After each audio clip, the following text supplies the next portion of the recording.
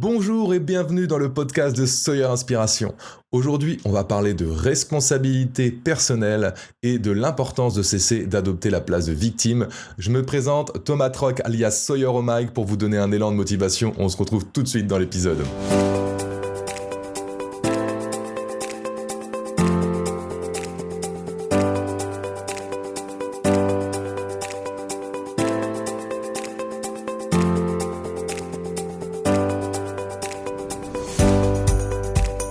Yes, aujourd'hui, je suis ravi d'aborder ce sujet avec vous qui est la responsabilité personnelle. Car, à mon sens, elle peut vraiment changer l'existence de n'importe qui. C'est vraiment une des bases. Et comme vous êtes là, je suis sûr que vous souhaitez prendre les rênes de votre vie et devenir enfin le leader de votre destinée. Je pense que vous souhaitez, comme on l'a dit, il y a plein de termes qui emploient ça, mais être l'auteur, être l'acteur de votre vie, l'architecte de votre vie. Et c'est un peu cette base qui va vous aider à être cet architecte ou être ce leader dans votre vie. Je suis sûr qu'en tout cas, si vous écoutez ce podcast, si vous écoutez des podcasts de ce genre, si vous lisez des livres de ça, c'est que vous souhaitez vraiment un véritable changement dans votre vie et vous allez voir que ce petite chose qu'on va apporter dans ce podcast, tout ce qu'on va parler au niveau de la responsabilité personnelle et de cette place de victime peut réellement changer votre vie et changer la manière dont vous avez déjà vécu jusqu'alors. Ce système-là. On a vraiment ce côté dans notre vie, on a deux choix en fait finalement. Moi je mets en verso, c'est soit on peut être responsable de ce qui nous arrive, soit on est victime. J'aime bien essayer de me baser sur des choses assez simples pour vulgariser, c'est que on va avoir deux directions la plupart du temps quand on va faire des choix, quand il va nous arriver des choses dans la vie, et voilà, on va soit se placer en victime, donc si on est victime, nous sommes plus coupables ou nous sommes plus dans le contrôle, et si on est responsable, on peut être coupable, pourquoi pas, coupable ou pas, mais en tout cas on est responsable, donc on peut prendre le contrôle sur ce qui va nous arriver. Déjà, j'aime bien placer ces deux bases quand on parle de responsabilité personnelle, parce que c'est vrai que le mot responsabilité, on l'a jamais trop aimé avec l'école, avec toutes ces choses-là. Mais pour autant, je pense qu'il a un sens immense pour toutes les personnes qui souhaitent réellement faire la différence dans leur vie, qui souhaitent vraiment changer des choses dans leur vie, ils en ont marre d'avoir des cycles qui se répètent en permanence, d'avoir plein de choses comme ça qui se répètent et qui s'insinuent dans leur vie, des choses qu'ils en ont marre. Et souvent, ça peut, je dis bien, être juste simplement parce qu'on a une habitude de se positionner en victime dans certains contextes. Et donc, finalement, ça nous empêche de réussir et de pouvoir changer, de pouvoir adopter tout ça. Donc, dans un premier temps, on va parler de qu'est-ce que un peu la place de victime. Voilà, toute une explication un peu autour de ça. Donc, ce que j'aime bien, c'est partir du postulat qu'il est vraiment temps de réaliser que nous sommes plus des enfants qui attendent qu'une autre personne prenne des décisions à notre place. Bah oui, parce que quand on est enfant, on n'est pas réellement leader, architecte de sa vie, on a nos parents au-dessus qui influencent énormément notre existence, en tout cas sur les premières années de nos vies. Donc, je pense qu'il est temps de comprendre que la place de victime, c'est souvent ça, c'est qu'on garde un peu ce certain réflexe qu'on avait d'enfant, de se dire je suis un enfant, et du coup j'attends qu'on prenne la décision à ma place, donc du coup je pleure, et j'attends qu'on vienne me sauver. Voilà, ce côté victime, c'est cette place-là. Voilà. Et je pense qu'il est temps de réaliser que en fait nous sommes des adultes aujourd'hui, et qu'on est pleinement capable d'influencer notre propre réalité, voilà, en acceptant la responsabilité de nos choix, de nos actions, de nos émotions, et grâce à ça, nous pourrons prendre le contrôle en fait de notre vie. Ce qu'il faut bien comprendre sur cette notion de responsabilité, c'est que pour moi, être un leader proactif, comme j'utilise ce mot-là, c'est de se dire, ok, tout ce qui m'arrive, mais je dis bien tout ce qui m'arrive, j'ai ma part de responsabilité. C'est-à-dire que je ne suis pas responsable du comportement d'une autre personne, mais je suis responsable de comment, moi, j'interprète ce comportement et de quelle émotion me fait vivre à l'intérieur. Je suis responsable de mes émotions, je suis responsable de mes actions, je suis responsable de mes comportements. Mon comportement ne me définit pas, parce que ce n'est que un processus, les processus internes avec les croyances et tout ça, et une émotion sur le moment, un comportement n'est qu'une résultante d'un instant T entre toutes ces variations. Et ce qu'il faut comprendre derrière, c'est de dire que je suis responsable. C'est-à-dire que même si mon comportement a été désagréable et que je l'ai trouvé mauvais, je suis capable de changer, je suis capable de me dire, ok, Tom, ça n'a pas été bien. Ça n'a pas été bien ce que tu as fait. Comment tu peux apprendre quelque chose par rapport à ça? J'aime bien toujours cette idée de quand on fait quelque chose où on n'est pas forcément ok avec le comportement qu'on a eu, c'est de se dire, ok, qu'est-ce que ça apprend sur moi? Directement. Ça fait gagner du temps. Donc, voilà, ça c'est cette place un peu de responsabilité. Cette place de victime, c'est que souvent, En fait, dans les choses qui nous arrivent dans la vie, et ça va faire tilt à plein de monde parce que on a beau en parler, j'ai beau en parler du développement personnel, que moi-même, des fois, je vais me positionner en victime sur des trucs, et là, je vais me dire, oh là, putain, tu te reprends, on repart, comment je peux revenir responsable, comment je peux revenir l'architecte et repartir.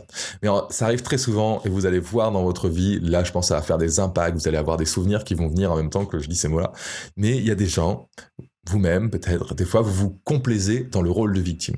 Quand on se dit se complaire, c'est vraiment ce côté, on attribue tous les problèmes, tous nos échecs à des circonstances extérieures ou à d'autres personnes.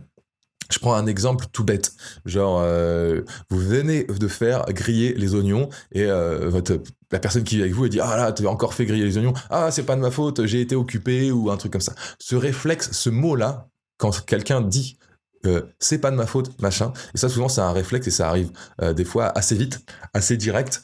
Et là, c'est directement, je me pose en victime, je ne suis pas responsable. Et si tu n'es pas responsable, ça veut dire que tu ne pourras jamais changer. On peut pas changer quelqu'un qui n'est pas responsable. Une personne qui souhaite changer, elle va prendre sa responsabilité et elle va choisir de changer. Donc souvent, j'aime bien un peu ce réflexe-là. On peut le voir dans plein d'endroits. Hein. C'est, par exemple, vous avez eu un mauvais comportement ou une personne a eu un mauvais comportement.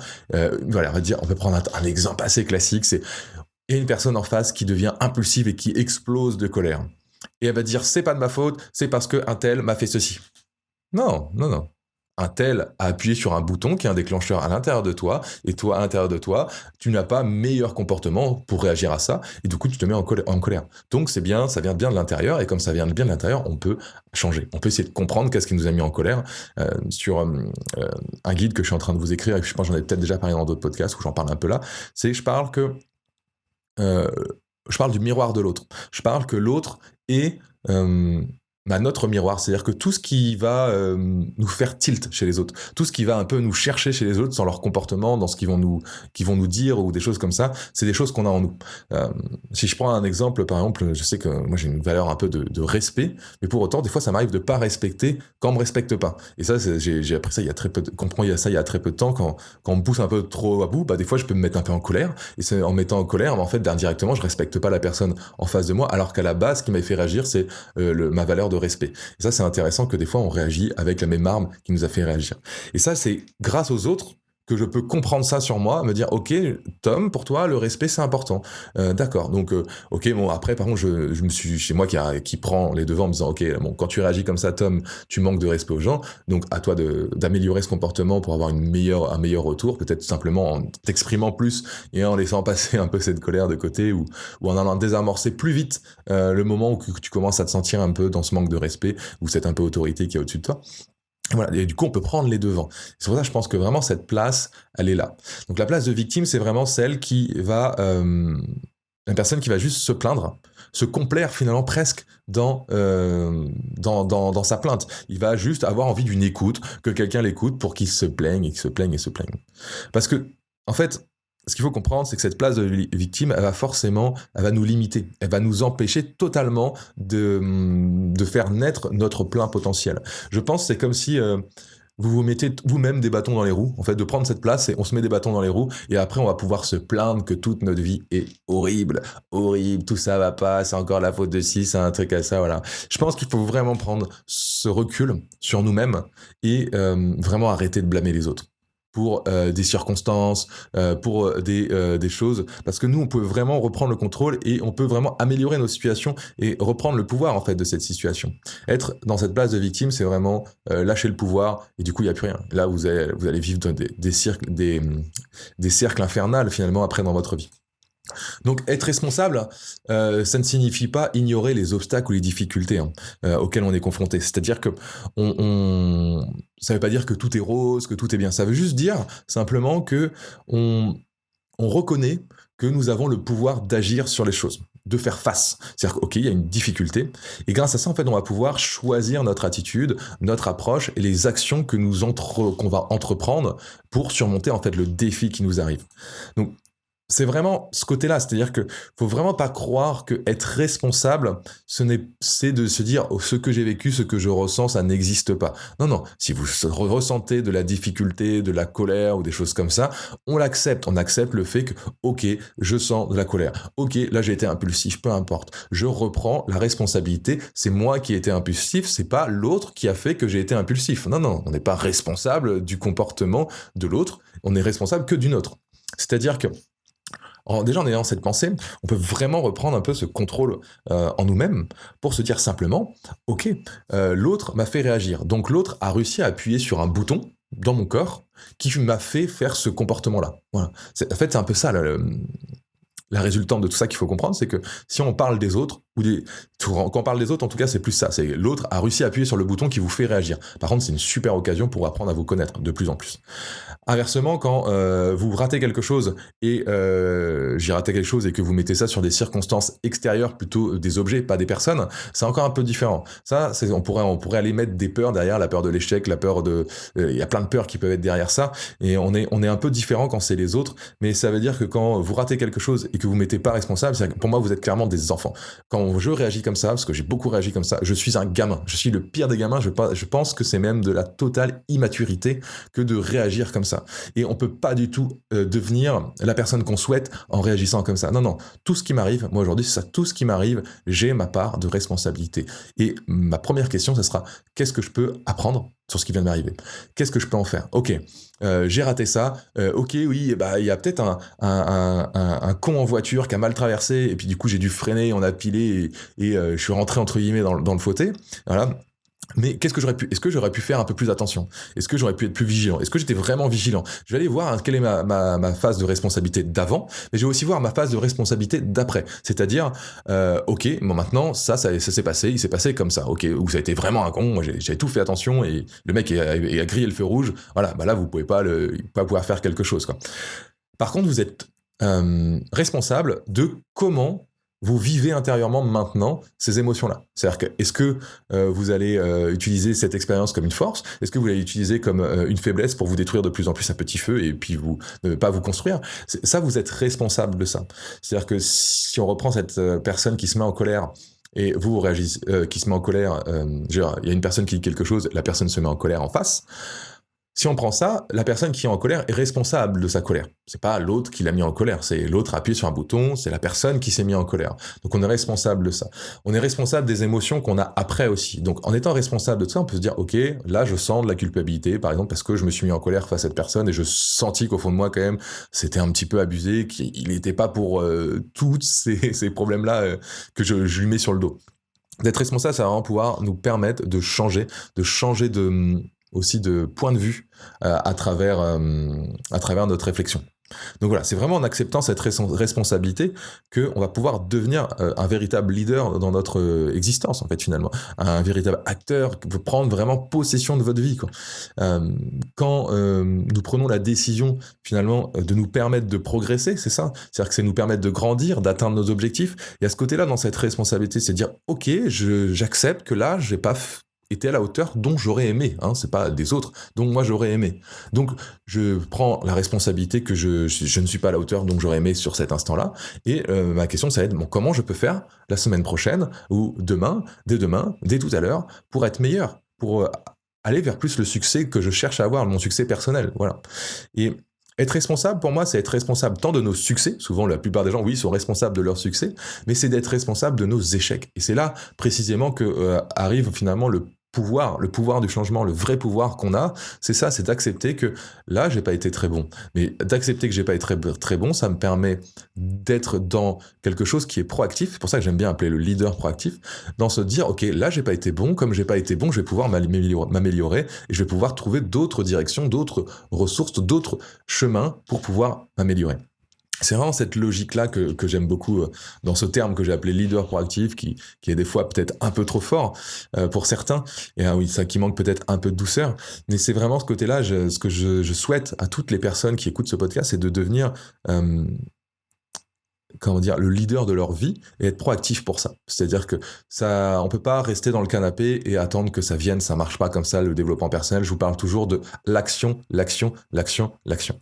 C'est vraiment de l'action qui va faire les choses. Et donc, tout ça, c'est la proactivité. Et être un leader, c'est je suis dans l'action et je suis proactif pour résoudre les problèmes. Parce que la vie, finalement, c'est qu'un long fleuve, entre guillemets, entre, j'ai des problèmes qui m'arrivent, je dois les résoudre. Et donc, si vous êtes permanent dans cette recherche de solutions, vous allez évoluer beaucoup plus vite. Alors que si vous passez en position de victime, c'est-à-dire que tous les problèmes qui arrivent, vous êtes victime, donc vous avancez pas. Donc pour résumer très bien, rapidement la place de victime et de leader, la place de victime c'est quoi ? C'est être responsable de rien. C'est donner le pouvoir aux autres de contrôler votre vie. Donner le pouvoir aux autres de contrôler votre vie. Waouh, moi j'ai pas envie de ça. Hein. C'est attendre que quelqu'un vienne nous sauver et nous prendre par la main. Quand on entend ça, on n'entend pas un peu comme un enfant. Un enfant, à un moment donné, quand il tombe, il se met à pleurer. Il se met à pleurer pour une raison, pour que quelqu'un arrive et lui reprenne dans ses bras et qu'il ait un câlin pour le cajoler, pour lui faire du bien. Et je vous le dis encore une fois, nous sommes plus des enfants. Ok, je vais dire oui, acceptez les câlins qu'on peut vous faire, mais faites des câlins, pas parce que vous avez juste du mal. Prenez la responsabilité, prenez un câlin, vous pouvez prendre les bras, je vais m'en sortir, je vais y arriver, et je sais que vous allez y arriver. Voilà, on n'est plus des enfants. C'est aussi la position de victime, c'est un autre truc ça qui moi me fait exploser quand on dit le miroir c'est l'autre, parce que ça me ramène à peut-être une partie de ma vie. Et moi j'ai aussi une partie où je me suis beaucoup positionné un peu en victime au lieu de vraiment reprendre le contrôle des choses, reprendre le contrôle des choses qui m'appartiennent entre guillemets, de ma responsabilité. C'est la victime peut se plaindre sans jamais mettre aucune action en place. C'est vraiment à ça qu'on peut voir une victime, vraiment si on est responsable de rien tout ça, mais c'est se plaindre. Je me plains en permanence, mais je mets jamais aucune action. C'est-à-dire que même si vous lui donnez le meilleur conseil, ils l'appliqueront jamais. Et au-delà de ça, vous allez voir une certaine cyclique, c'est que c'est ce genre de personnes qui vont faire que de se plaindre régulièrement et jamais mettre d'action. Mais là, il y a un danger en fait. Il y a un danger et juste là je mets un danger, c'est un peu pour tout le monde. C'est tant pour nous, tant pour ceux qui sont, ou même si vous côtoyez des gens qui se positionnent en victime, c'est pour comprendre ça, c'est que le cerveau, l'être humain derrière, il peut devenir en fait accro à la plainte. Parce que quand tu fais une plainte, en fait tu exprimes finalement ta colère, ta frustration intérieure, elle est exprimée. C'est le principe d'aller chez le psy déjà, quand on va chez un psy ou un professionnel de l'accompagnement. Le fait d'exprimer à l'oral les choses qu'on a vécues intérieures, ça va déjà faire baisser cette tension qu'on a au fond de nous. Donc, quelqu'un qui va déjà juste se plaindre, va déjà faire baisser sa tension, et en fait, ces personnes-là peuvent devenir totalement juste accros à juste se plaindre et passer des heures et des heures à juste se plaindre. Et je pense j'en parlais dans un épisode sur le côté où un peu le danger aussi de l'accompagnement, c'est qu'on peut vite être dans juste la plainte et pas l'action. Donc moi, j'essaye toujours de faire attention maintenant d'être en face des gens, de les faire passer à l'action, et que s'ils sont juste dans la plainte, de les réaiguiller pour qu'ils arrêtent au maximum d'être dedans et d'être plutôt dans la recherche de solutions. C'est toujours ça qui est important. Donc, clairement, en plus, ce genre de personnes qui vont juste se plaindre, ils vont revivre encore et encore et encore les mêmes situations, les mêmes problèmes. Est-ce que c'est ce que vous souhaitez, vous ? Moi, clairement pas. Moi, clairement, je n'en peux plus de revivre les mêmes problèmes. Je cherche à comprendre le plus rapidement pour pouvoir changer ce que je n'aime pas dans ma propre vie. Dans mes propres comportements, dans ma propre vie. Qu'est-ce que je veux changer ? Je le fais changer. Voilà, c'est ça, pour moi. Ça. Et donc la liste, elle est vraiment longue. Quand tu manques de responsabilité, il y a vraiment plein d'autres choses qui peuvent arriver. Le manque de confiance en soi, le manque d'estime de soi, ainsi de suite. On se rabaisse tout le temps. Enfin, il peut y avoir plein de choses. Voilà, cette position-là, en fait, elle peut être juste... Ces fois, c'est peut-être juste cette position-là qui vous amène à tout ce manque de confiance en soi aussi. Parce que quand t'es pas responsable. Et comme t'es pas responsable, tu peux pas vraiment évoluer. Donc voilà, je pense que c'est pas la meilleure place à faire. Mais si on met juste en parallèle la place que j'appellerais du leader responsable, sans parler forcément de leader proactif, c'est qu'il est déjà responsable, donc il peut agir. C'est-à-dire qu'il est responsable de ses actions, il met en place de ses comportements, de tout ce qui lui arrive dans la vie, donc il va mettre en place des actions pour recentrer, réguler, réajuster, rééquilibrer, avancer un peu plus loin, trouver des solutions. Il est vraiment dans cette logique-là. Il va aussi se demander comment améliorer sa situation. C'est-à-dire que ça va jamais être oh là là, il peut se plaindre une fois de temps en temps. On n'est pas le problème. C'est pareil, il peut dire ah là là, j'en ai vraiment marre du truc. Je me sens, je sais pas, je noue pas assez de relations avec les gens et du coup j'en ai vraiment marre. Et la question c'est pas juste ça. Il y a pas s'arrêter à juste dire ça à la personne qui est en face de lui et dire voilà, je pense que que je vais aller faire telle action pour pouvoir aller devenir un peu plus ouvert. Je vais aller dans tel groupe, je vais aller essayer de me confronter peut-être une fois par semaine dans un bar. Voilà, j'invente des trucs un peu à la volée, mais l'idée c'est bien comprendre que il va être dans une démarche de proactivité en fait, dans une démarche d'action, dans une démarche de responsabilisation. Il se demandera toujours comment je peux améliorer ça, comment je peux faire mieux que moi-même hier, parce que le comportement d'hier ne me plaisait pas à moi. C'est pas les autres, ne plaisait pas à moi. Il faut bien comprendre que on cherche à changer des choses qui ne sont que pour nous. C'est-à-dire que c'est que si moi, je pense qu'un de mes comportements n'est pas correct dans une telle situation, je vais souhaiter le changer. C'est vraiment un choix personnel, ce n'est pas parce que tous les autres réagissent d'une certaine manière. Si moi, je suis OK avec mon comportement, je le garde. Voilà, c'est vraiment cette logique-là. Le leader aussi, derrière, il va être conscient de ses échecs et il va en chercher à en faire une force. C'est-à-dire que, OK, je viens de... on va reprendre l'histoire de la marche. J'aime toujours parler de la marche. On a tous appris à marcher. Vous marchez tous. Sauf désolé pour ceux qui peuvent pas, mais ça reste une minorité, mais c'est autre chose. Mais pour prendre cet exemple, vous êtes tous mis à marcher un jour. Et comment vous avez fait? Vous avez commencé à vous lever, puis vous êtes tombé. Encore vous levez, vous êtes tombé. Et en fait, à chaque fois que vous vous êtes levé, quand vous êtes tombé, le cerveau a dit OK. Alors quand je me mets trop en arrière, je tombe en arrière. OK. Quand je me mets trop en avant, je tombe en avant. Et en fait, fort de tous ces échecs, il a pu simuler, il a pu créer dans sa tête tout un environnement qui dit OK, maintenant là je sais que OK, trop en avant c'est ça, trop en arrière c'est ça, trop à gauche c'est ça, et tout ça fait que OK, l'équilibre c'est ça en fait, l'équilibre sur les pieds c'est ça, et il arrive à la résolution. Donc je pars vraiment de ce principe qu'être un leader responsable de sa vie, être responsable de sa vie, c'est simplement de se dire OK, que tous mes échecs, de tous les trucs que je trouve que j'ai ratés, je vais pouvoir en faire une force, c'est une brique d'un mur pour aller plus loin. C'est-à-dire qu'à chaque fois, vous allez pouvoir apprendre quelque chose, évoluer et avancer. Voilà. Donc, on peut résumer en fait en un mot que le leader proactif, cette vision d'être responsable de sa vie, c'est de simplement aller dans la direction que tu as toi-même choisie. C'est-à-dire que tu choisis une direction et tu y vas. Il y a vraiment cette côté destinée, cette côté de choix, cette côté de je reprends le contrôle de ma vie, comme j'aime beaucoup dire. Et ça en fait partie. C'est pour ça que je fais ce podcast-là aujourd'hui avec vous.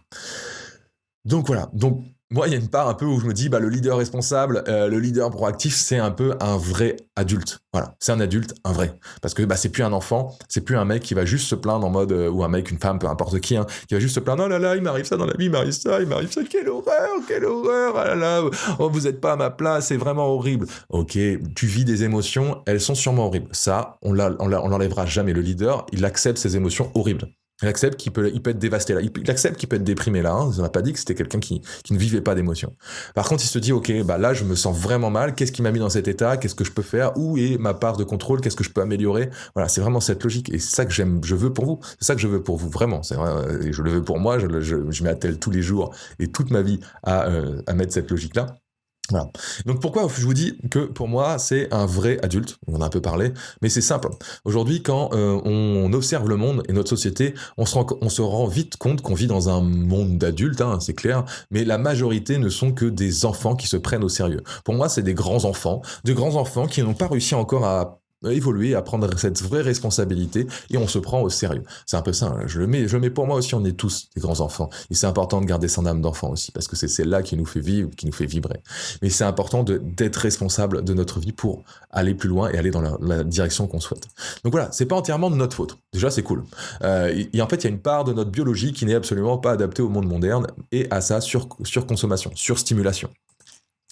Voilà, en gros, il est vraiment plus dur pour nous aujourd'hui d'être responsable qu'il y a plusieurs années dans le monde parce que le monde avant était plus calme. Quand j'entends plus calme, c'est qu'aujourd'hui il y a beaucoup trop de divertissement, beaucoup trop de nourriture à foison, beaucoup trop de consommation, beaucoup trop de tout. Et le fait qu'il y ait beaucoup trop de tout, en gros nous on doit faire un effort conscient, un effort qui va demander, excusez-moi, de l'énergie, on va falloir faire preuve de volonté pour résister à toutes nos pulsions internes, qui va demander du courage et de l'énergie, comme j'ai dit. C'est-à-dire que la nourriture, c'est un besoin naturel, mais c'est aussi une compulsion. On pourrait reparler des tribus, tout ça, pour expliquer cette logique-là. Mais derrière, pour résister à pas trop manger, il va falloir faire un effort conscient. Et du coup, forcément, on peut avoir des comportements qu'on pourrait nommer un peu immatures, de je me laisse sur la bouffe et j'en fais un petit peu trop. Mais il y a des choses comme ça au fond de nous qui sont dans notre biologie qui vont on va dire, nous limiter ou nous mettre des freins. Je vais plutôt appeler ça nous mettre des freins, mais en apprenant à connaître comment le cerveau fonctionne, on apprend finalement à mieux comprendre comment ça fonctionne, tout l'ensemble, et comment on peut du coup agir, et comment on peut dire, ok, bon, là il y a une part où je peux vraiment avoir une responsabilité, là il y a une part où ça va être plus dur, ok, il y a une part où je peux me dire, la volonté, j'en ai parlé dans un autre épisode, mais je sais que si par exemple on a moins bien dormi, on a déjà pris beaucoup de décisions à la journée, la fin de la journée, ça va être beaucoup plus dur de résister à tout le reste. Voilà, donc toute cette base est importante. Et en gros, en comprenant ça, c'est là qu'on va comprendre pourquoi il y a des gens qui sont obèses, des gens qui sont accros au jeu, pourquoi Candy Crush, ça marche super bien, pourquoi les réseaux sociaux, pourquoi il y en a qui sont accros au sexe virtuel, pourquoi il y en a qui sont simplement accros en stimulation en tout genre. C'est simplement que notre biologie, elle est pas faite pour autant d'abondance. Avant, on vit dans un monde où tout était rare, et du coup, quand on trouvait un arbre fruitier, en fait, on mangeait tout parce qu'on savait pas dans combien de temps on allait retrouver un. Et donc, juste dans cette logique-là, en fait, on est toujours dans cette... Il y a vraiment un réflexe de l'être humain qui voudra toujours plus. Et c'est ça qui est difficile des fois d'aller loin. Et je pense qu'on peut vite après avoir des comportements un peu enfantins, pulsions et des choses comme ça autour de ça. Et ça, c'est difficile des fois de reprendre un peu possession là-dessus. Voilà. Mais comme vous écoutez de podcasts et que vous voulez aller plus loin, vous, c'est vraiment ça, et que vous avez un peu plus d'ambition que juste de vous laisser aller et dicter, on va dire, par notre société et notre biologie. C'est vraiment ça que pour ma vision des choses, c'est qu'il y a une part de notre biologie, on va forcément des fois y être dedans. La part de la société, non, ça, on peut vraiment choisir beaucoup plus. C'est beaucoup plus intellectualisé que la part biologique. Donc voilà. Moi, je vous invite aujourd'hui à réfléchir. Je vous invite à réfléchir aujourd'hui à votre propre vie, tout simplement. Êtes-vous prêt à abandonner le rôle de victime et reprendre le contrôle de votre vie? Est-ce que vous êtes prêt à ça? Posez-vous la question. Est-ce que je suis prêt à arrêter de juste me plaindre et de mettre des actions dans ma vie? Ok. Est-ce que je souhaite réellement reprendre le contrôle de ma vie? Voilà. Quelles sont les actions que je peux entreprendre dès maintenant pour améliorer ma situation? Ok, vous avez tel problème, la question que vous dire c'est: qu'est-ce que je peux faire dès maintenant pour améliorer cette situation? Qu'est-ce que je peux faire dès maintenant pour me sentir mieux dans mon corps? Qu'est-ce que je peux faire dès maintenant pour me sentir mieux avec l'émotion dans telle situation? Ok, c'est ça, cette logique. Rappelez-vous simplement que vous et vous seul êtes le leader de votre propre vie. Et donc, comme c'est vous et vous seul qui êtes leader de votre propre vie, c'est vous et vous seul qui avez le pouvoir de la créer la réalité de ce qu'elle est.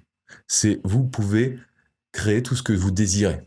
Je mets des guillemets, c'est-à-dire que ça demande des efforts, de l'énergie, des pleurs, des rires, mais vous êtes capable, vous êtes en pleine possession de ressources pour réussir à créer votre propre vie. Voilà, et ça, c'est avant tout ça.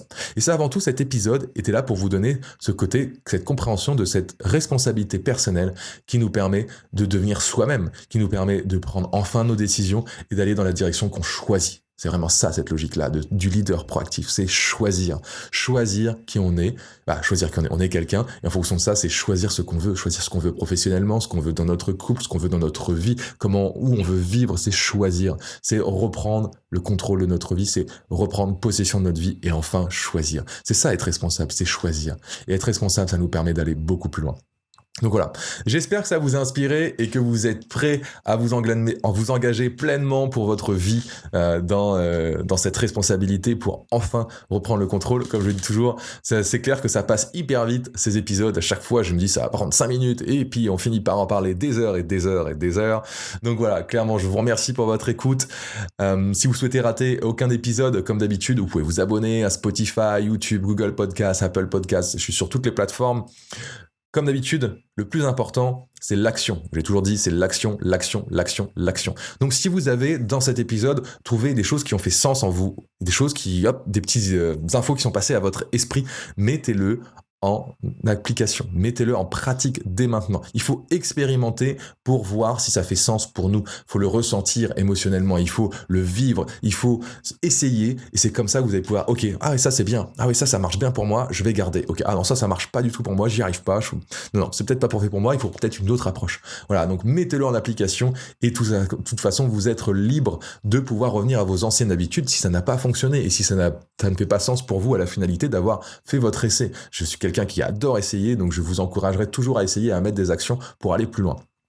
Et clairement, si vous avez apprécié l'épisode, ce qui me ferait plaisir, ce qui me permet de voir aussi que vous aimez mon travail, c'est simplement de le partager à un ami, à un membre de la famille, à un proche qui en aurait besoin, ou même un ennemi, parce que tout le monde mérite d'évoluer. Et on est là pour ça. On veut évoluer, on veut grandir ensemble. Yes. Si vous souhaitez me parler, me donner un feedback, tout ça, bon, on peut parler sur les réseaux sociaux, et vous pouvez aussi aller directement sur mon site internet sawyerinspiration.fr. Vous allez voir, il y a pas mal de rubriques où vous pourrez me contacter. Donc voilà, je vous souhaite une très belle journée. C'était Sawyer, à bientôt dans le prochain épisode. Ciao!